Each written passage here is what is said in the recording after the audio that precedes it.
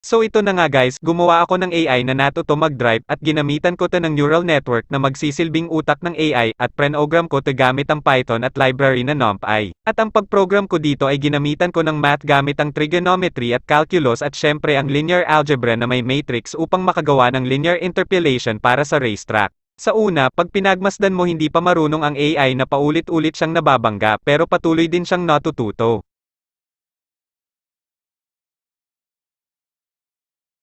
Dahil hindi matalino ang AI model natin, fast forward muna natin upang hindi tayo maboring.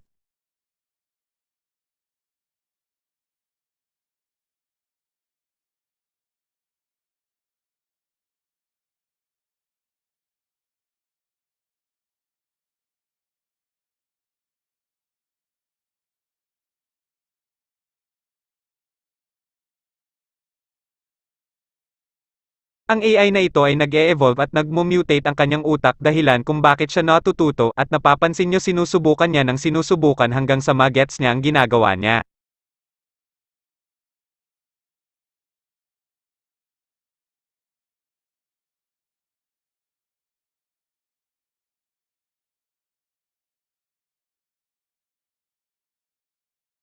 So nakita nyo nga guys na medyo lumalayo na ang nararating ng ating AI pero kulang pa ang kanyang natutunan, kailangan makumpleto niya ang racetrack. Medyo fast forward nating konti upang hindi tayo maboring.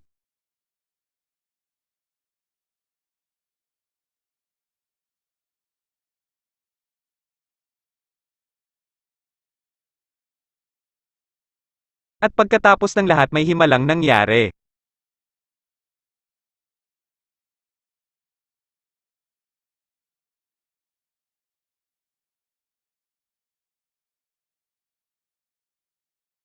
Muntikan na niyang mabangga ang pader pero dumiretso pa rin siya. So nakumpleto na nga niya ang racetrack pero kakayanin ba niya ang kanyang bilis dahil ito ay pabilis ng pabilis?